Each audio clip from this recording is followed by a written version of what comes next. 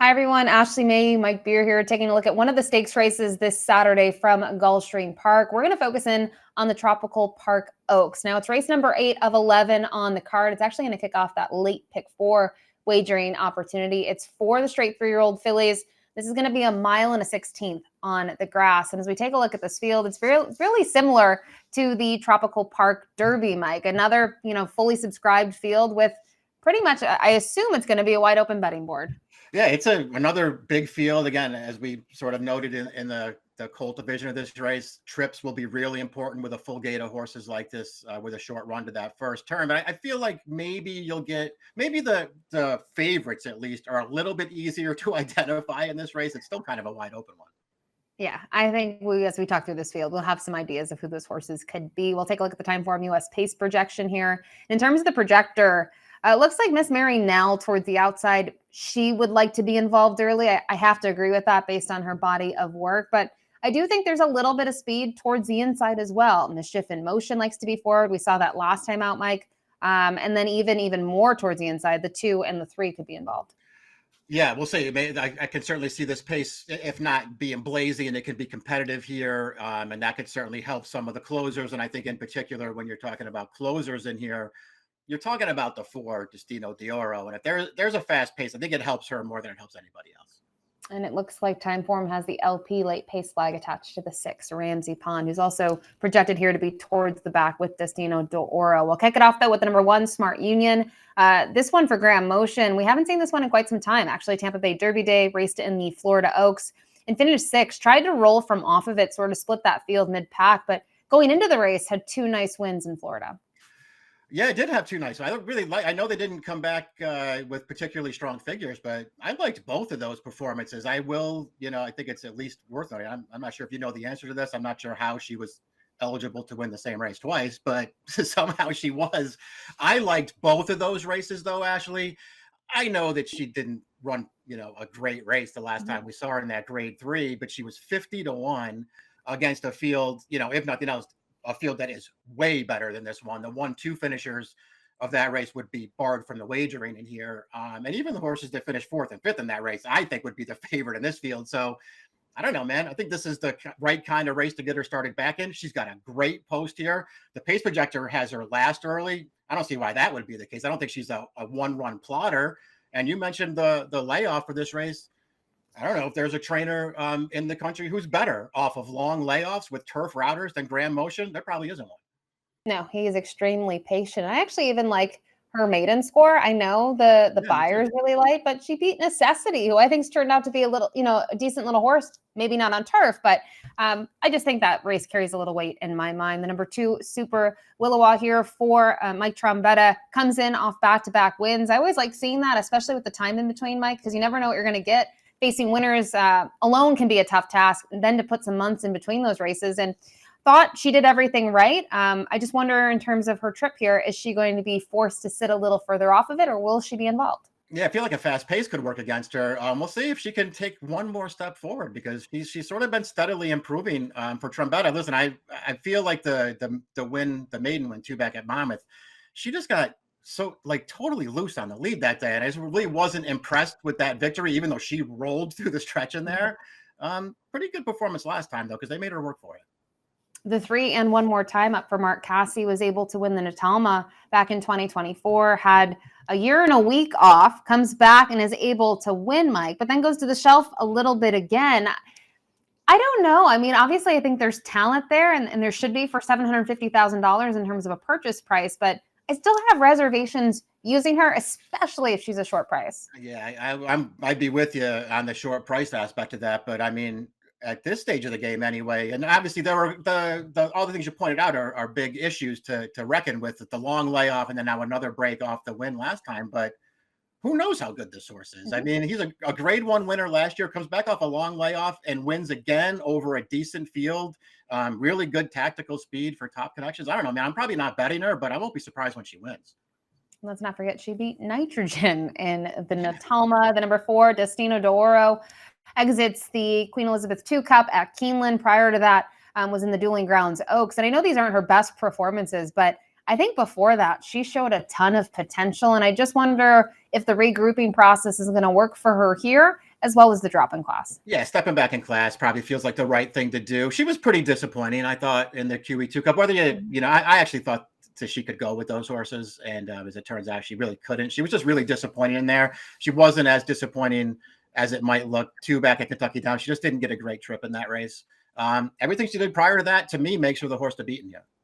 We'll move to the number 5, Mischief in Motion for Mike Trout. Another one in the field for him. We'll actually take a look at that most recent performance because it is a key race as several exit that Halloween race down at Gulfstream Park, which is a $75,000 stakes race. But as it plays out, I think she runs a good race, but did Crafty Collector run a better race and pay $124 to win? That's what it sort of felt like.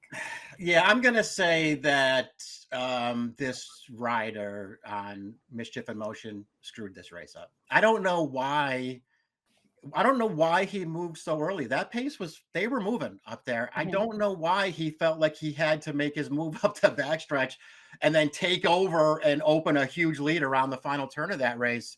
I'll disagree with you. I think she ran the best race in there and was unlucky not to win. But that doesn't mean that I like her in here.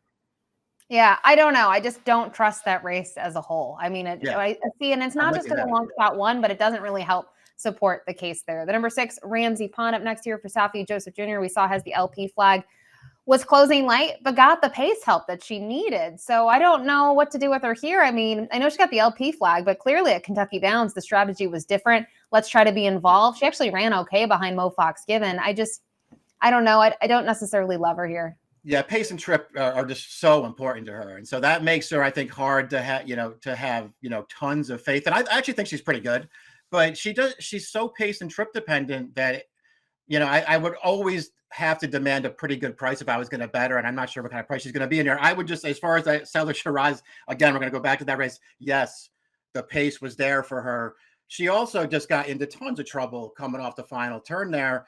To me, she ran a better race than the winner did in there, because the winner just had a perfect trip and ran down a tired horse at the end. This horse got free of traffic way too late.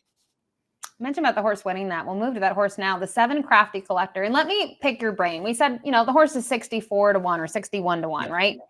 But when you look at her past performances, she is improving. I mean, outside of the Ginger Punch, she really hasn't run a bad race in 6 months. Yeah. I don't know. You'd have to really look at that field and decide, should she be 61 to 1 there? But I like that she's taken steps forward. Me too. And I'm with you. I especially when horses are in good form over a long series of races. That's when you take a shot at a stakes race like they did last time, and it really worked out for them. Personally, I just think she took advantage in that race and got really lucky. But they're not going to. You can't take that win away from her. I'm not betting her in here. The 8, Super Zonda up next here. Another one for Mark Cassie, was able to pick up the second career victory on the grass 2 starts back. Now that was in August. So you can see a start in October 24, then nothing till August, then one in October, and then they've regrouped again. Didn't show up in the Ontario Damsel, but maybe the case to be made here is just prefers the turf. Yeah, well, I mean, I guess if you're going to just pick apart, she's still so lightly raced. But if you're just going to pick her apart, she can't stand up on dirt. She's terrible on synthetic. And she's been really good in her 2 turf races. I don't know. I thought she was the toughest call in the race here, because I do think she's a turf horse. I do think she has the right running style for this race, like sort of a super handy kind of horse who can sit somewhere just off the pace but won't get outrun early. And I know it was just a allowance optional claim or 2 back, but I thought she looked really good winning that race. The 9 and 8-2 here for Riley Mott has been in graded stakes competition in 4 of the last 5. And some of the races are okay, but a vast majority, Mike, are at a sprint distance. So how do you now assess her stretching out to 2 turns over the Gulfstream turf course? I mean, personally, I'm just really concerned about it. We'll see it. It's not just that, since she's been over here, she's actually run some good races in Stakes Company over here. But even, a bunch of races as a 2-year-old last year, 13 times they ran her as a 2-year-old, and they never tried to stretch her out. I don't know. I'm worried about her going a distance of ground. When they ran her the mile at Woodbine over the summer, she ran fine in that race, but I didn't think that she ran great. And I don't think the figure says it was, but I don't think it was a big improvement over her sprints. The 10, Super Speed, now joins the barn of Brian Lynch. We'll take a look at one of her replays, and you have to go pretty far back to find that turf race. It was actually her first start of 2025 and just a allowance optional claiming event. And I know it's a compact field. I think she runs well in here. I know we kind of talked about this earlier. You may not love this performance, but she goes back after that. She's second with a 90 buyer on the dirt. And then after a mid-pack performance in the grade 1 Ashland behind the likes of Lacara, she goes to the shelf. I don't know. I think has some talent, and she's kind of intriguing at what hopefully is a prize. Yeah, I think she's got some talent too, because even some of her earlier races, like the race at Del Mar last November, she just had a terrible trip in that race. And then the race that we just watched there, it's fine. I think there's nothing wrong with that. But didn't she take advantage? It's another race where I feel like we just showed you the stretch run. You have access to the replays. Go back and watch the full race there. I mean, there's just a runoff on a wicked fast early pace in there, and the race just totally fell apart for her in there. So I don't know. And then the other thing that I don't like about her, Ashley, and again, you have to wait and see how they bet this race, but does she take money off of a 90 buyer speed figure in a grade 3 on a different surface? I feel like they might bet this horse for the wrong reasons. Yeah. And I think it doesn't help that Brian Lynch. I mean, good for Brian Lynch having a good meet at Gulfstream Park. I don't think that really helps us here, but I'm just trying to be a little creative. 11, No Sleep Till Brooklyn, another one for Brian Lynch, who I can't get a read on. Like, I don't know what sort of trip this filly really wants. Yeah, I feel like I just wish that she had a race or two that I really liked, because she's another one out of that Cellar Shiraz, and we've already talked about that race a lot because a bunch of these horses are coming back out of that race. But she just had a no chance trip in that race. She just got in tons of traffic around the final turn and just could never really get clear. And the race was over by the time she did. So I don't like the trip she got last time, but I also don't like any of her other races. The 12, Miss Mary Nell, she's the last in the main body, a daughter of Gervin, who was a 5 1/4 length winner last time out. It came over the Tapeta, but you can see a avoided claim prior to that, second in the Martha Washington. She can run a good race. I just don't think she's up to the same caliber, especially off the layoff. Yeah, and from this post too. Yeah, there are a bunch of horses I wanted to make cases for, and she wasn't one of them. And just note the 13 Brown Sugar and the 14 Jalila. They may draw in here, one for Safi Joseph Jr. off the barn change and the other for the Weaver barn, first start in the barn. So that's the field, 12 of the main body there of the Tropical Park Oaks. We will move to our top picks, and I think you're going to get a price based on what happened last time out in the Florida Oaks, Mike, in terms of the layoff. I think Smart Union, what are you hoping for price-wise? Yeah, I'm just going to give her, I think she's got to be double digits in this race, even with, which it's maybe subtle class relief, but I think it's significant class relief based on what she faced last time. She's going to have to move forward to win here, but why wouldn't she be eligible, maybe more eligible than anybody else to move forward? This horse hasn't run since March of her 3-year-old year. She's supposed to have been doing developing during the time off. Motion is excellent off of layoff. She's got a great post. I think she can easily move forward enough to be a factor in here.